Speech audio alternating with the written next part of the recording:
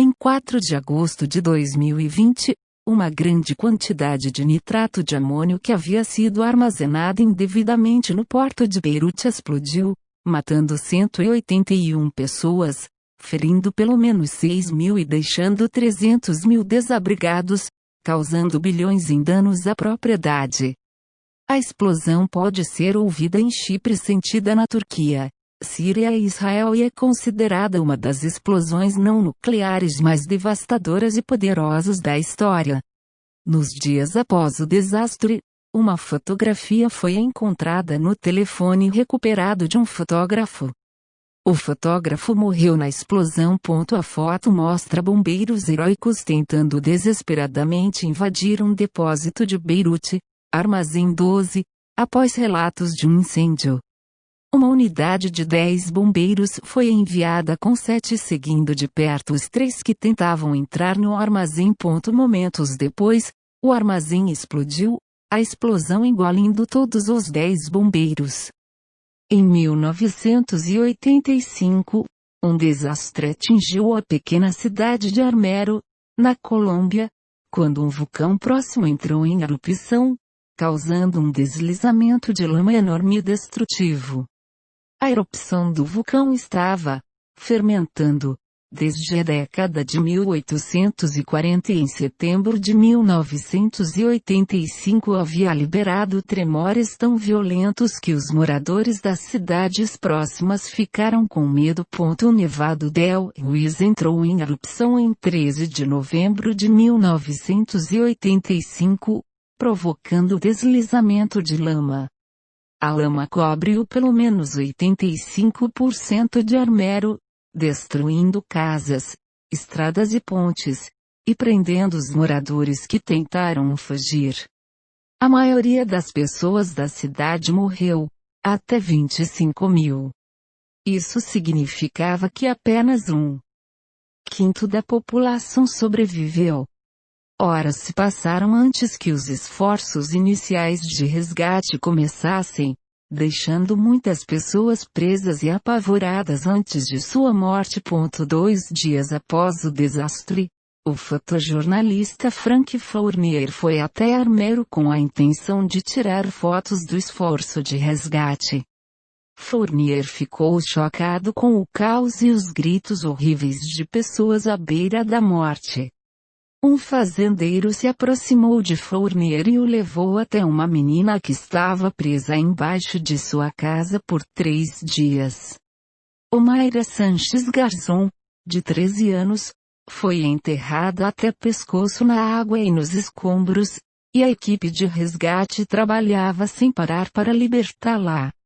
Suas pernas estavam presas por algo na água e no momento em que Fournier alcançou, ela estava flutuando dentro e fora da consciência. Fournier tirou uma foto de Omaira, e a jovem pediu que ele a levasse para a escola porque ela não queria se atrasar para a aula. Fournier ficou com Omaira enquanto voluntários e equipes de resgate tentavam salvá-la. A certa altura, ela pediu que a deixassem descansar e se despedir de sua mãe. Omaira morreu 3 horas depois.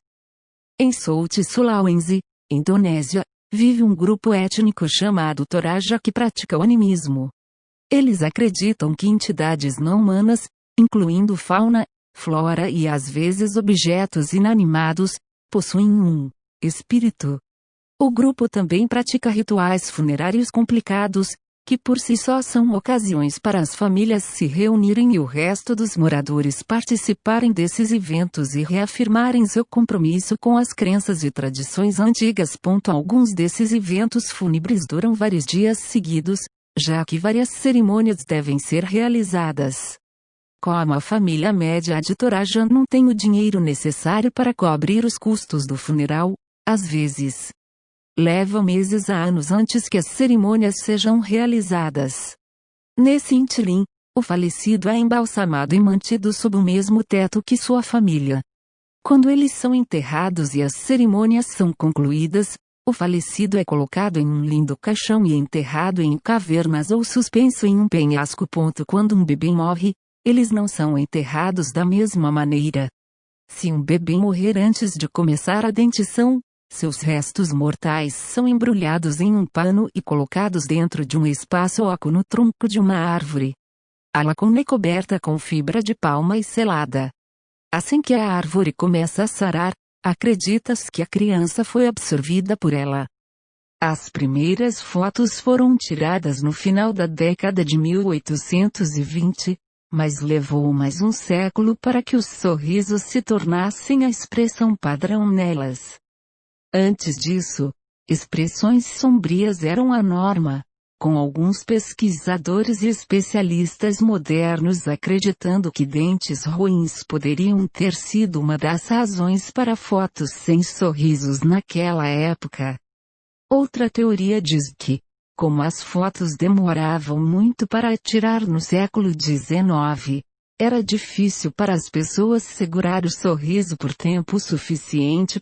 Durante a Grande Guerra, que durou de 1914 a 1918, havia ainda menos motivos para sorrir. Milhões de soldados e civis perderam suas vidas, e aqueles que sobreviveram à guerra foram submetidos ao PTSD, vivendo suas vidas com membros perdidos e entes queridos desaparecidos. Nesta fotografia tirada nas trincheiras durante a Batalha de Flers-sur-Selette em setembro de 1916, o fotógrafo capturou não apenas atendentes médicos cuidando dos feridos dentro de uma trincheira, ele também capturou o que parecia ser um soldado feliz e sorridente. No entanto, olhando mais de perto a fotografia, é claro que o soldado, que está olhando diretamente para a câmera, está em estado de choque, e teve sua psique destruída ao testemunhar a morte e a destruição ao seu redor. O termo shell shock foi cunhado pelo psicólogo britânico Charles Samuel Myers durante a guerra. Em 22 de outubro de 2015, Anton Lodin Peterson, de 21 anos, entrou na Kronans-Show em Trollhättan, Suécia. Ele usava um capacete alemão da Segunda Guerra Mundial, uma máscara que lembrava de Darth Vader e carregava uma espada. Ele atacou um T.A., Lavin Iskandar, de 20 anos, com a espada e depois esfaqueou Ahmed Hassan, um estudante de 15 anos, no abdômen. Iskandar morreu no local, enquanto Hassan morreu mais tarde no hospital. Peterson então vagou pelos corredores e se deparou com dois alunos alheios que posaram com ele para uma foto, pensando que ele fazia parte de uma brincadeira de Halloween. Pouco depois, o professor Nazir Anso, de 42 anos, solicitou que Peterson retirasse sua máscara. Peterson respondeu esfaqueando o homem mais velho. Anso morreu depois de passar 6 semanas no hospital. Neste ponto, a polícia chegou à escola e atirou em Peterson, que morreu no hospital mais tarde. A investigação que se seguiu revelou que Peterson gritou, "Eu sou seu pai", antes de atacar suas vítimas. Em 1948, David Shin Seymour tirou uma foto com parte da legenda, "As feridas das crianças não são todas para fora. Aqueles criados na mente por anos de tristeza levarão anos para serem curados." O cenário era uma escola para crianças perturbadas em Varsóvia, cujo tema era uma jovem de cerca de 8 anos chamada Tereska. Ela estava ocupada com uma tarefa de professor que exigia que os alunos atraíssem o lar. Tereska não desenhou um edifício. Em vez disso, ela desenhou um emaranhado de linhas. Com uma das mãos ainda no quadro negro, exibindo seu desenho assustador, Tereska olhou para a fotógrafa com angustianos olhos. Quando Tereska tinha apenas 4 anos, seu pai foi capturado pela Gestapo. Tereska e sua irmã adolescente fugiram para a casa da avó. Então, a casa de sua avó foi atacada e eles tiveram que fugir novamente, a mulher mais velha retornando brevemente à casa para buscar um item esquecido. Ela nunca voltou. Presume-se que ela foi baleada ou morreu em um ataque à bomba que se seguiu. Um grande estilhaço atingiu Teresca e ela teve o cérebro esquerdo danificado.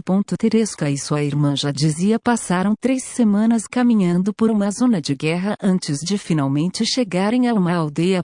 A saúde mental de Teresca diminuiu constantemente com o passar dos anos, e ela passou a vida em um asilo até sua morte em 1978. Em 1 de fevereiro de 2012, Samantha Koenig, de 18 anos, foi sequestrada de seu local de trabalho em Anchorage, Alasca. Israel Kiris roubou o cartão de débito de Samantha e outros objetos de valor, estuprou-a e assassinou-a no dia seguinte. Deixando seu corpo em um galpão, Kiris partiu para Nova Orleans para se juntar à sua família enquanto todos partiam para o Golfo do México para um cruzeiro de 2 semanas. Quando o cruzeiro acabou, Kiris voltou ao galpão no Alasca e removeu o corpo de Samantha. Ele aplicou maquiagem em seu rosto e costurou suas pálpebras abertas. Ele então colocou um jornal de 4 dias ao lado dela e tirou uma foto. Ele passou a enviar a foto e um pedido de resgate de $30.000 aos pais de Samantha. Posteriormente, ele desmembrou o corpo dela e jogou as partes no lago Matanuska. A família devastada de Samantha pagou o valor do resgate, enquanto Kiris usava cartão de débito de Samantha para fazer várias transações.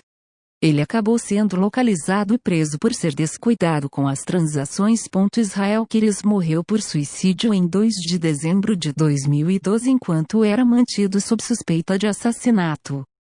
À primeira vista, esta foto parece nada mais do que uma foto de classe americana comum. Isso até você perceber que os 2 garotos no canto superior esquerdo atirando com armas imaginárias para a câmera são ninguém menos que Rick Harris e Dylan Klebold. Poucas semanas depois que essa foto foi tirada na Columbine Show em 1999, Harris e Klebold colocaram em ação um plano maligno no qual estavam trabalhando há mais de um ano. Os 2 veteranos colocaram 2 bombas no refeitório e também nos carros que estavam estacionados no estacionamento da escola. Essas bombas não detonaram, mas os 2 meninos dispararam e mataram 12 alunos e um professor. Eles atiraram e feriram mais 21 pessoas, enquanto outras 3 ficaram feridas tentando escapar do massacre. Harris e Klebold então cometeram suicídio na biblioteca da escola. Foi revelado depois que os atiradores esperavam que o massacre planejado ceifasse mais vidas do que o bombardeio de Oklahoma City. Art participou de uma manifestação contra a violência policial em Portland em 2014 e foi fotografado abraçando um policial branco, com angústia estampada em seu rosto.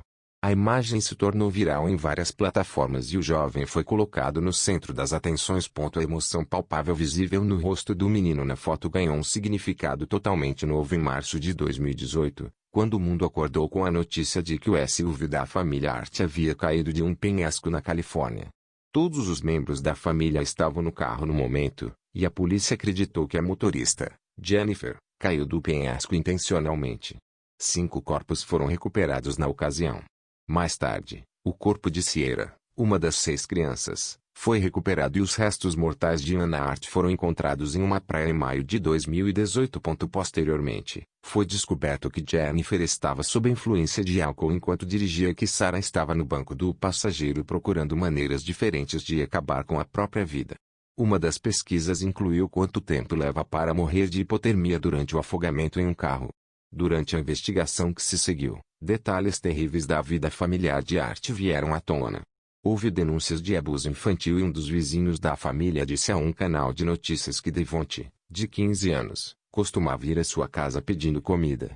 Ela continuou, dizendo que Jennifer e Sarah Art iriam matar as crianças de fome como punição e as proibiriam de sair de casa.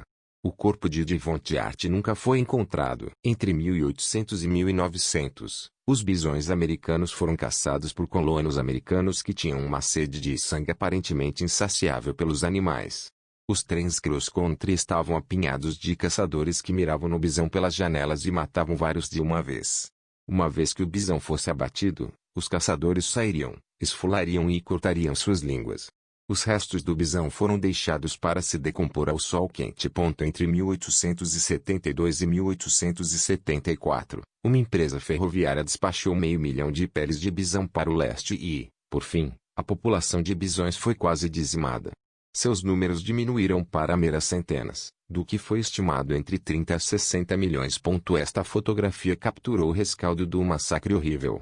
Ela retrata uma montanha de crânios de bisão no meio-oeste durante meados da década de 1870. Felizmente, conservacionistas, tribos indígenas, fazendeiros e muitos outros fizeram um esforço conjunto para salvar o bisão da extinção e hoje estima-se que haja 500.000 nos Estados Unidos.